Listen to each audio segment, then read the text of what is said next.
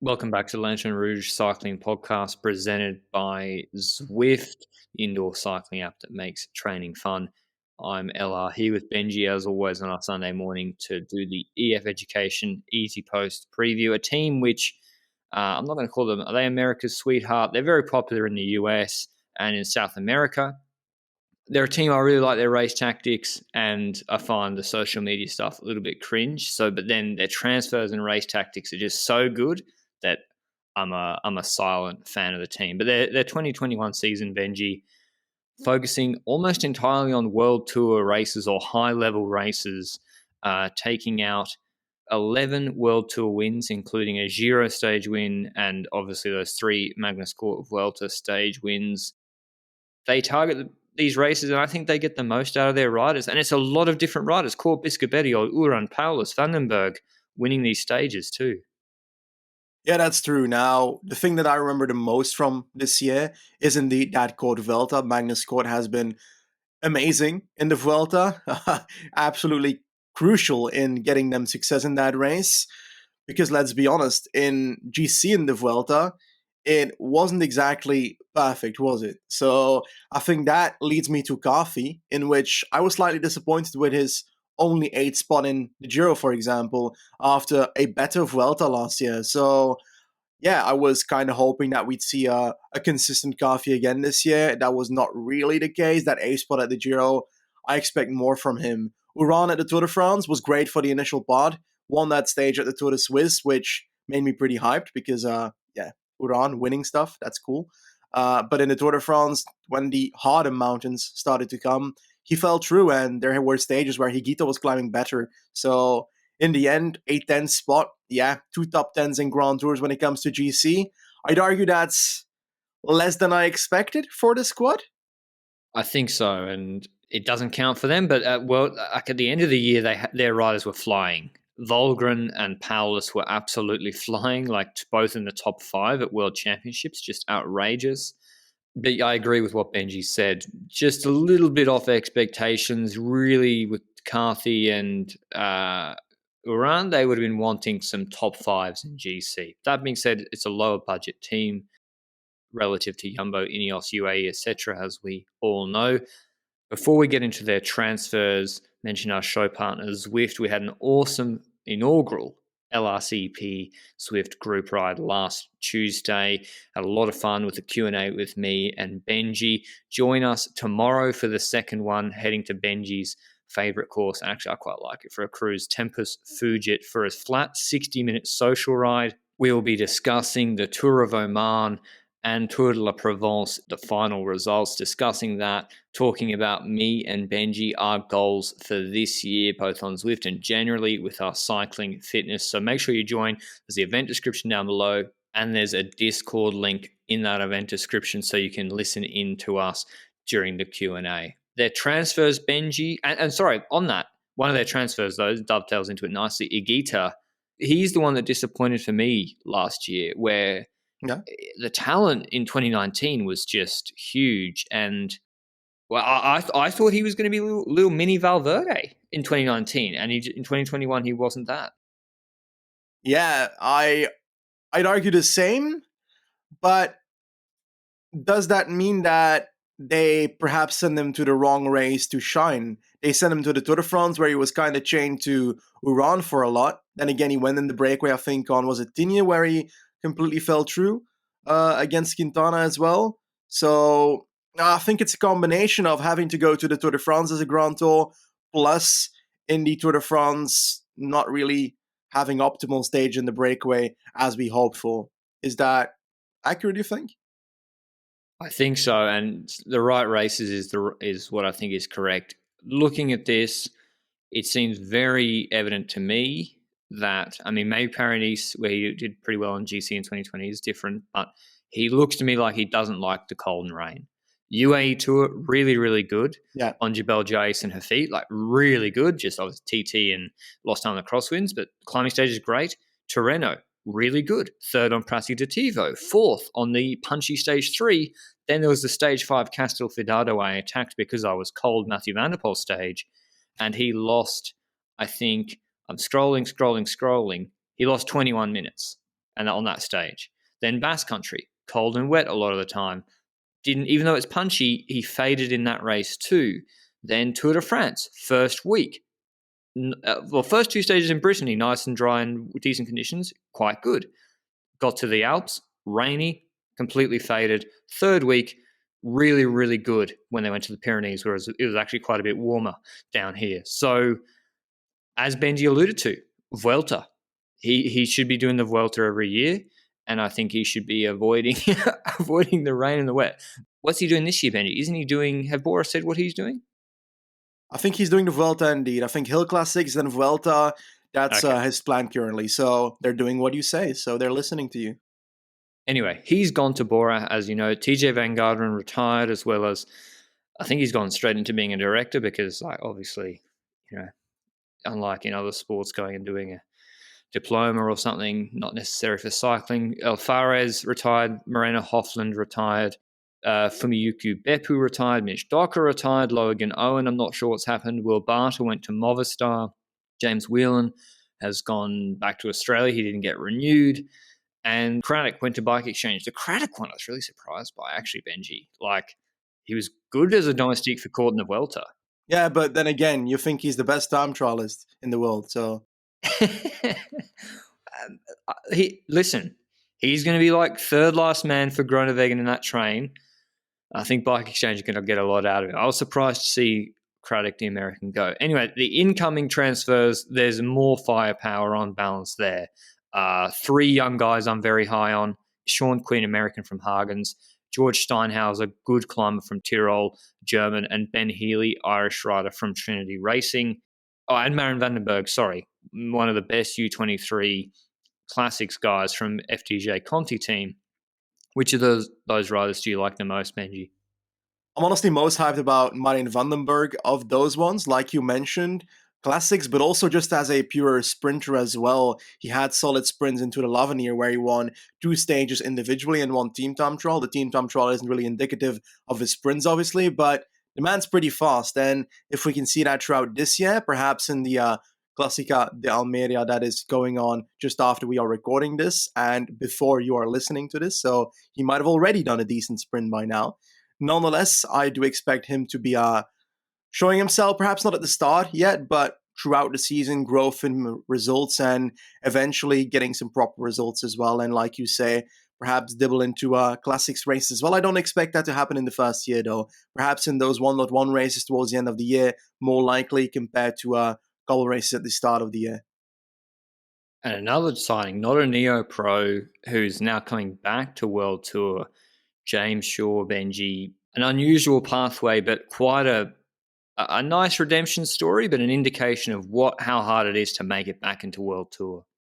Yeah, quite certainly. I remember the days where he was riding for Lotto Soudal in 2016, 17, and 18, and then he went to the likes of Rebel, Riwal, and Zwift Carbon for a bit, and now he's back, like you say, in World Tour for 2 years. So the man's got some security for 2 years in here, and he showed himself last year in both Slovenia, where we spoke about on the pod, on I think Nova Gorica finish, the finish where Pogacar won. No, Ulisi won ahead of Pogacar because Pogacar gifted it to Ulisi. He was strong there. He was also strong on the other climbing stage that Pogacar actually won, which is the finish on in Celje.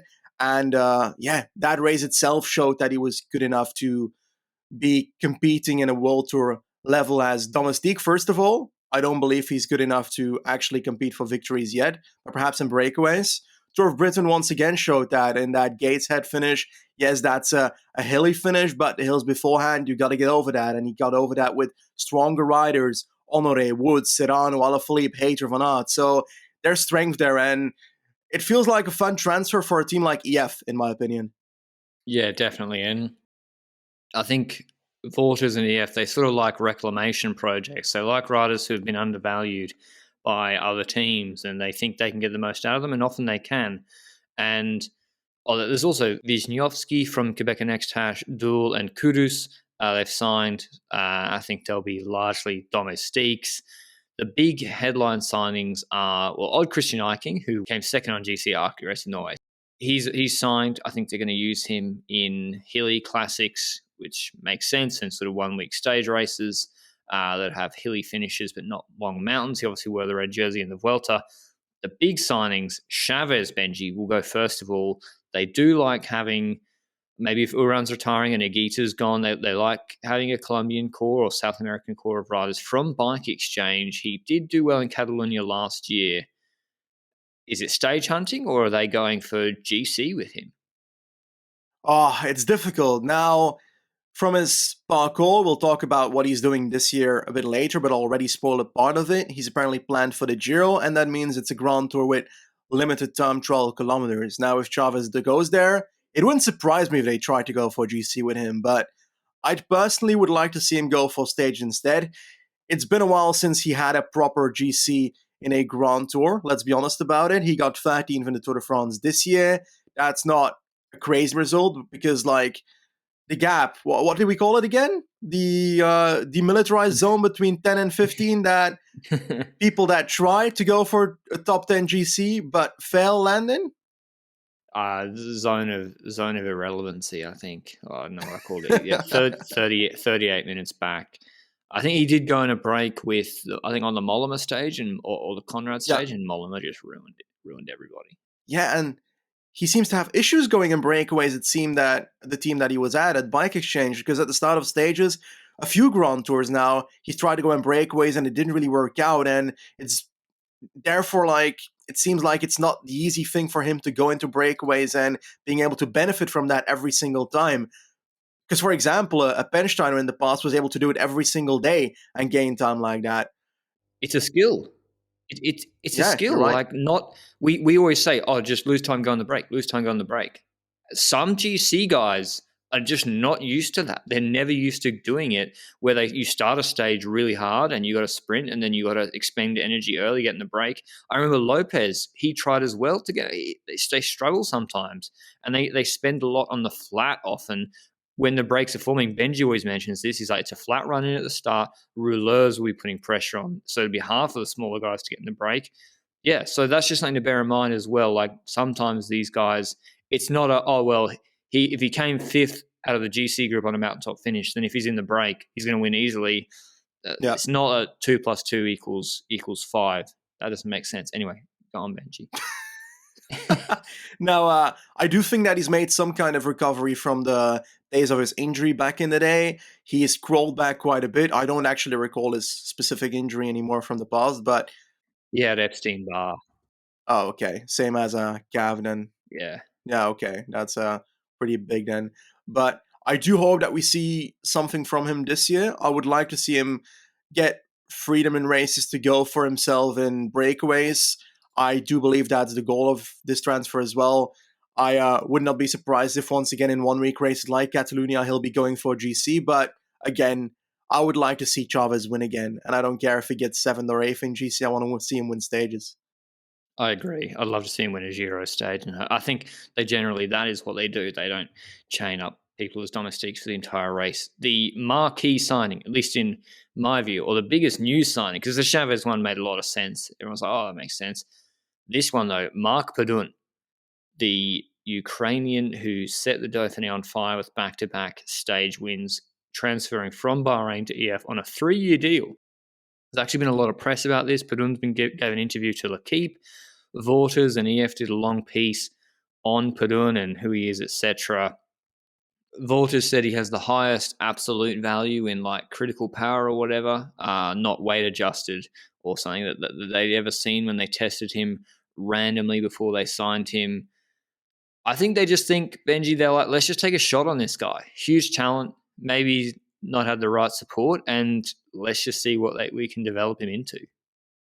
I've got the same feeling. I feel like it's a contract for a rider that is a bit of an untouched gem, where they want to try and make the gem as pretty as possible throughout the progress of his career at this team and see what they can achieve with that unpolished gem at the moment. And therefore, I'm expecting at the start to not see a rider that will just jump in it for GC in 1 week races. I would like to see him win World Tour stages first and then attempt to go for the GC stuff once he's already reached that. I say this a lot, that I prefer seeing people go for a stage win before they go for GC. And That's what I want to see, mainly because if he starts winning stages, you can see whether he can start consistently being in breakaways in Grand Tours. And if he can do that, then that can basically tell you that he's more consistent than he is before, which can lead to a decision to send him for GC in a future Grand Tour. And I want to see consistency first before I see that. Do you believe that Podun can, at one point in his career, become a GC rider? Yeah, I do. I do. Because 1 week's definitely 1 week's. I think Yeah. he hasn't had much help with this TT. Obviously, I know Padun personally, really nice guy. He's a big guy. He's like, I met him. I was like, wow, you're like 6'1", way taller than I expected. Because I remember PCS had his weight at like 61 kilos for the Dauphiné, and it's like, no, so he puts out a lot of power. So his TT with an EF, I'd say above average with TT. Surely they can help him in that regard, improve. It can't really get much worse. So I think 1 week's definitely. 3 weeks, I really don't know. The consistency, managing energy, feeding, eating right throughout the whole 3 weeks. That's something that takes a long time to learn. He's already 25, but I think 1 week's like he's doing Romandy this year. That's got an uphill TT, like a mountain TT. If he's on, he can win. He can win the whole race. And it's going to be rainy and cold, which he likes. Yeah, I do want to add that we've seen a lot of criticism to Bodden in the last couple of weeks where he came out of nowhere for that Dauphiné, is what people say. But I actually disagree with that. He was getting a top 5 at the U23 Giro before he started already doing solid results in proper races the year after. Tour of the Alps, he won a stage there ahead of the likes of Chris Froome, Thibaut Pinot, George Bennett, Ciccone, Pozzo Vivo, and so forth. And that's not against nobodies. Let's be honest about it. And he was not that consistent towards the end of that year, because in that Vuelta, he only really had one stage where he was able to do something. And I think it also was partially because he didn't really get into the breakaways there. And one time he did, he got third in a Vuelta stage. That was behind, I think, Van Barlenge. And yes, I vaguely recall there being like a barrier behind the finish line that then swooped up a rider or something. I don't know what it was, but that's something that stuck to my mind from that stage. But then the year after, we once again saw him in breakaways in the Vuelta, getting a top 5 in a stage there. He won Adriatica Ionica. That's not the biggest top-level race, but that's beating riders that are solid domestiques at that point in World Tour, like a Jan Pollans, a James Knox, who was getting a top 13 or top 12 at a Grand Tour that year. So I disagree that he was coming out of nowhere for the Dauphiné, 100%. Just very inconsistent and often, not the first priority rider at Bahrain. And so riding a domestic is kind of like when Haig was at Bike Exchange. Not many results, but then he's always riding as a domestic for Yates, and then gets an opportunity at Bahrain, does well. Anyway, excited to see what they do with that roster. Now into our squad predictions. Cobbles first. Their best, they've kept Kukulera. They've got Langeveld and Ruch. Ruch often wastes a lot of energy. The leaders, Benji, look like Bissiger, Bettiol, and Volgren. But Volgren and Benji could just as easily be nowhere for the next 6 months again. That wouldn't surprise me either. Exactly. And Bettiol's kind of a similar rider, although at the start of this year, he said that this year I need to make sure I've got no excuses to not get a result. So let's hope Bettiol can prove that in these cobble races. So you're right, those 3 riders. But I feel like Bissiger is more like the Van Baarle of the 3, where he's the rider that needs to be sent forward before the hills arrive and try and survive it by being ahead before the cobbles actually hit. And I think Kerkeler is domestique at this point. Langeveld, I'm not going to lie, I thought he was retired at this point. So I was surprised to see him in the squad. But hey, I'm glad he's not retired. I'm glad he's still enjoying his bike rides. And I think he's still fitting in that cobble squad. Like you said, Ruch in there.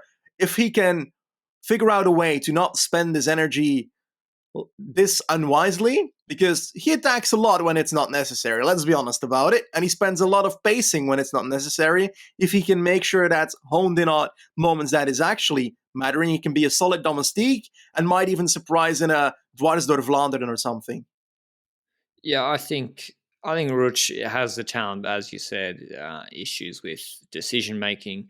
Bissiger, again, I like him for Roubaix. He was forward early. big engine, but the hills, that's why he needs to get forward early. The hills, I think he still struggles on a little bit in the repeated efforts. So not there. It's an okay team. It all hinges on Bettiol. If Bettiol's in magic form, then they have someone who can come top 3 in Gent-Wevelgem or whichever race that isn't for pure or for the sort of classics sprinters. The problem with Bettiol is he has to go solo. He doesn't have a sprint compared to the classic sprinty boys. Milano Sanremo, again, like Cort, it should suit Benji. The thing is, Cort he seems to be a guy who can do 95% of his max, is what Vorta said on Twitter, although he got probably the numbers a little bit wrong. 90% of his max after a hard day, whereas that max isn't as high as like the 5-minute max of an MVDP, Alaphilippe, Wout van Aert, which is what you need at the end of a Milano Sanremo. Like, he's not got the punch to get separation on the Poggio, and he's not got the sprint to win in the finale. How does Cort? I don't know. That's just the rider he is. Whereas Vuelta breaks, he's in it all day and then can dust everyone in the sprint. So who is their man for MSR? I guess it still is Cort trying to do a Sturven maybe at the end of the descent. I think it's a combination of Cort, Valgren, and Bettiol in this squad. When it comes to Cort, you only need to try and get him over the Poggio with the front group, and if that works out, that's fine. But that's a very difficult thing to do. The thing with Cort is, I'd argue it's also related to one-day races versus stage races, because if you take a look at Cort, he got a top 10 at E3 ages ago, but that's an exception compared to the majority of his other one-day races, and it looks like perhaps it's something to do with he needs a few days to get it in order, because in Tirreno, for example, he gets fed on, I think it was the first sprint stage, but that's a more relaxed stage before they get to that. So like you mentioned, you need to spend more kilojoules in a classic before the action happens. And then eventually we notice that it kind of works out in the second week and the third week of Grand Tours and breakaways and so forth. So perhaps it's more related to he needs to get a bit of a ride going a few days before he's really in the mood to be in the stage hunting squad, you know? Yeah, he just doesn't seem to.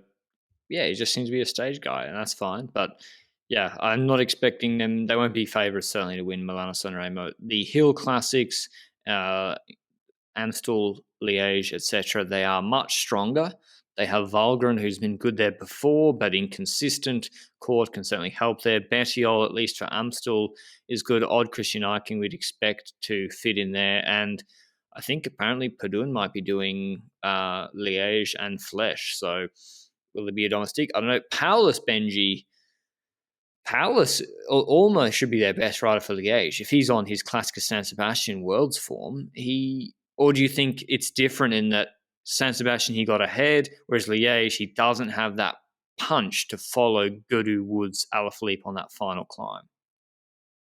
I think he's underrated for one-day races in total. We've seen him at the World Championships. We've seen him at San Sebastian. Yes, San Sebastian was basically a bit of a breakaway that eventually made it, but I still believe he's underrated in those races, and I think that EF might be underrating him for the Hill Classics because, to my knowledge, he's not signed up for them yet, but I would certainly put him in the Liège squad, like you mentioned. Is he the best rider in their squad? Ooh, that's hard. Because, like, if Cort was doing what he did at the Vuelta at Liège, I'd be like, he could also do decent, but he also doesn't necessarily have the punch that a Van der Poel and so forth can do. Now,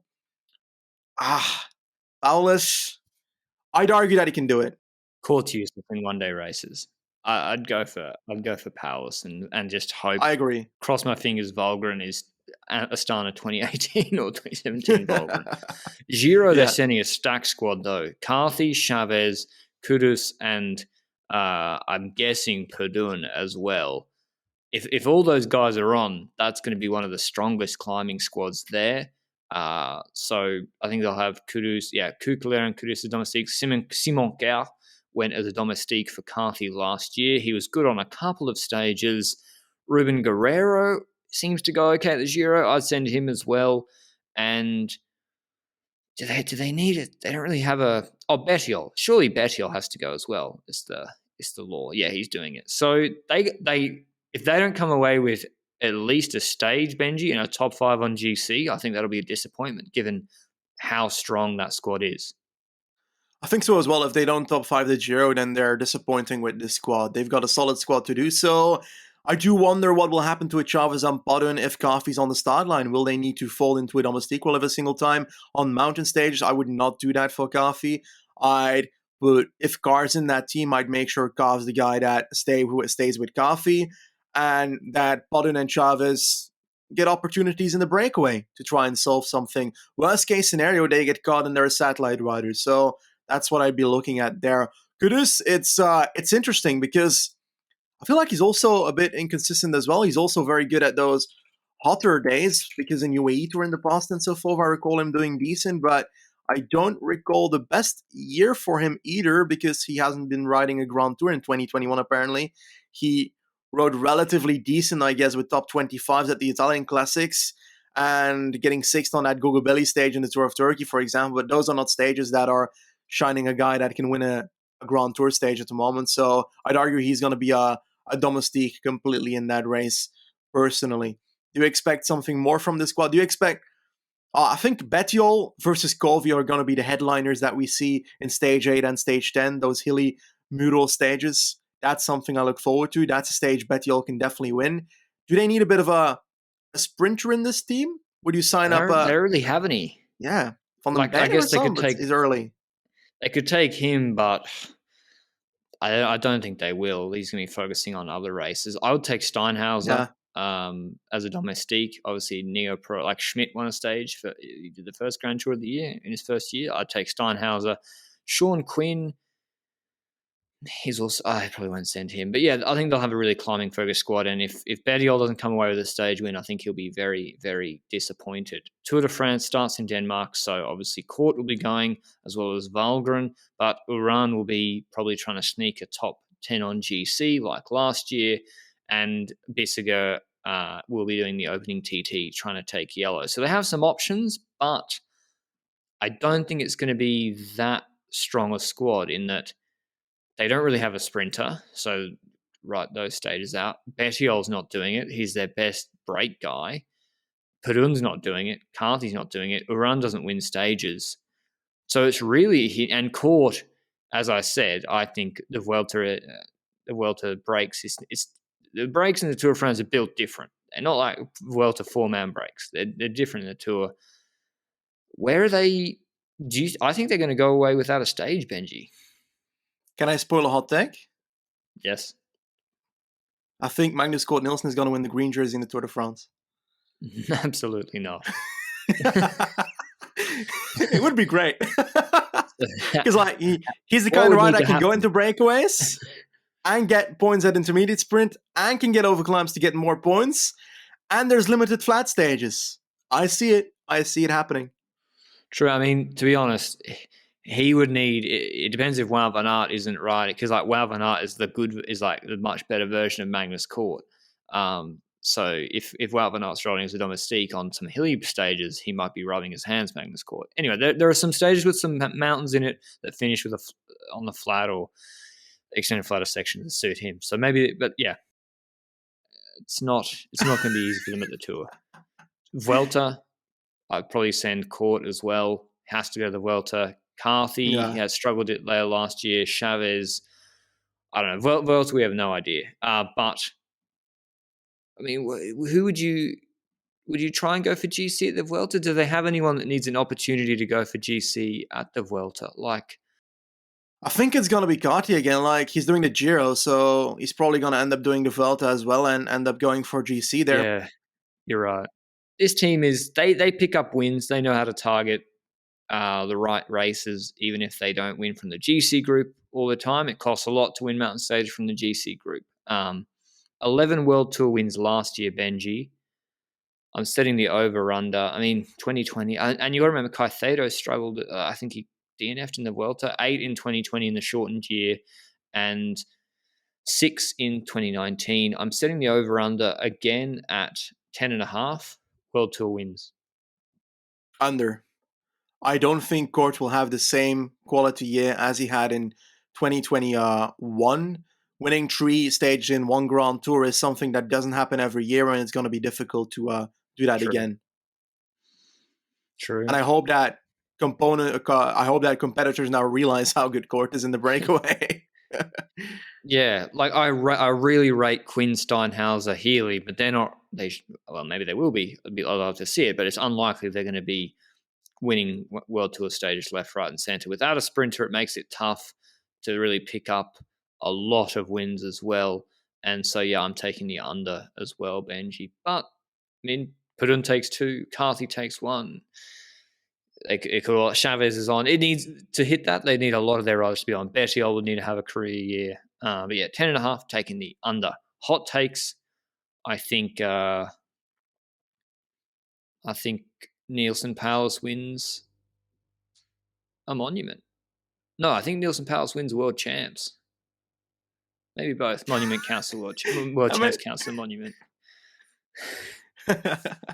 I actually had a similar one in mind. So I was thinking either LBL or World Championships as well, but I've got Cort for a green jersey quite certainly. That's so when it comes to the rest of the squad, I'm aware, but hey, that's what the hot section is for. You'll sometimes say that my hot takes aren't good enough. Well, then I'm gonna go to delusional ones. Anyway, when it comes to the rest of the squad here, I think it's really not that easy, is it? I think Carthy top the top 3 the Giro. Got Carapaz, Almeida, Landa.